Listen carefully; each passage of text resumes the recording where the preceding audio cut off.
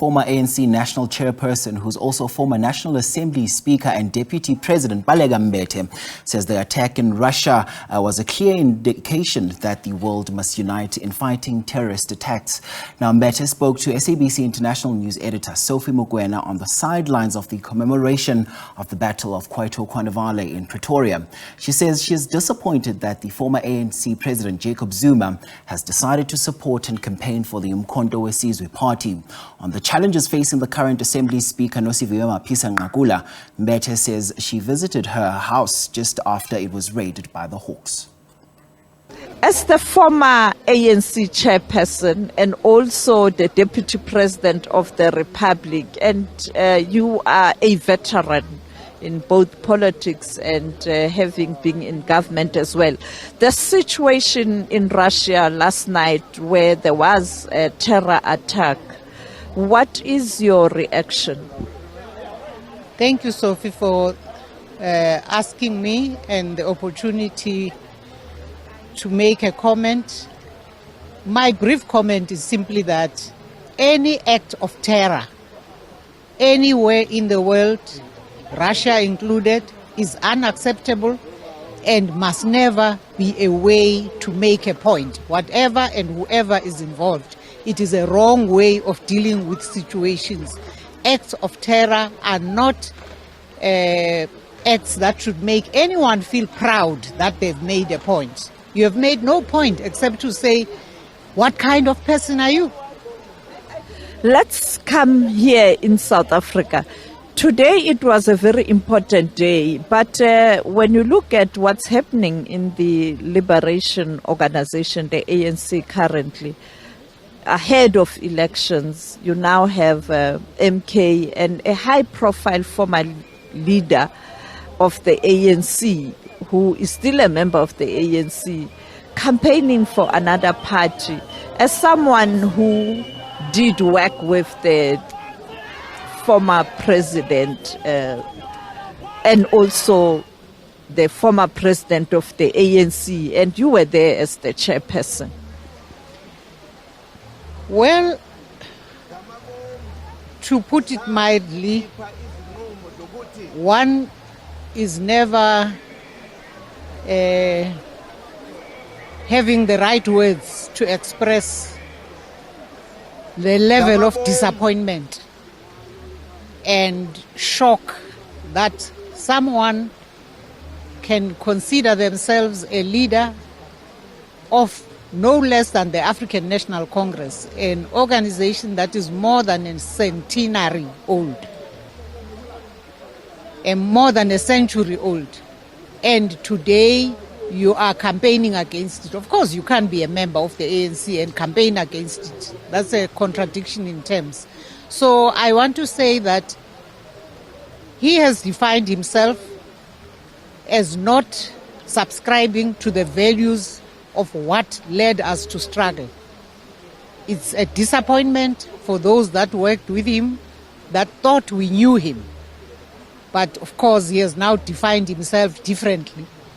We can only be sad, but we want South Africans not to be confused by taking the name of as honorable a part of the struggle as Umkonto wesizwe and using it for nefarious reasons and purposes.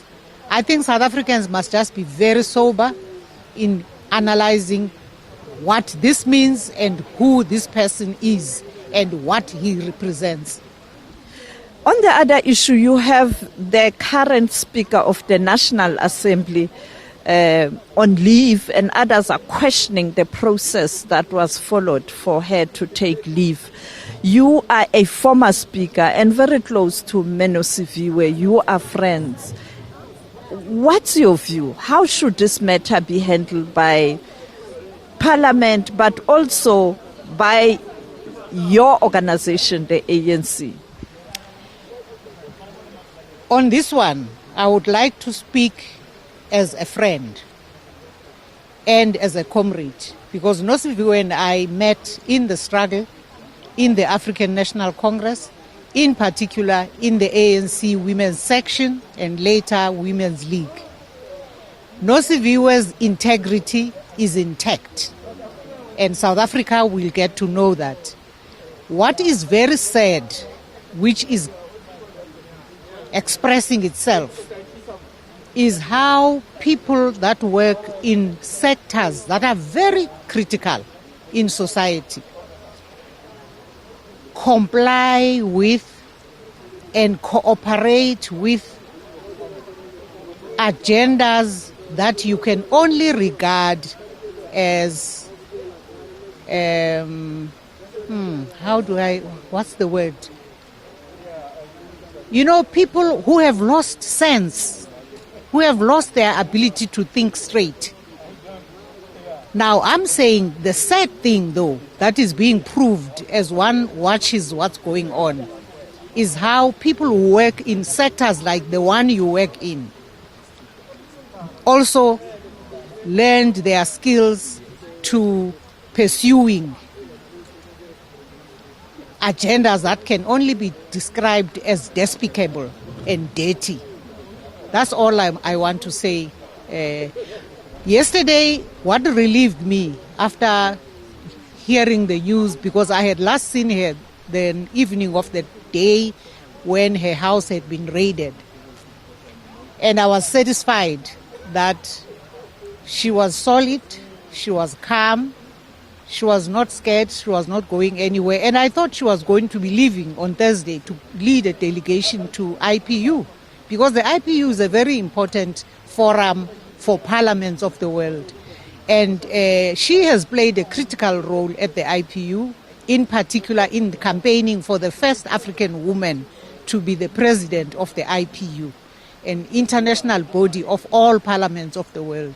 So she's done a very good job there, as she did a good job in defense when it came to raising the issues of women that were arising in the sector of defense.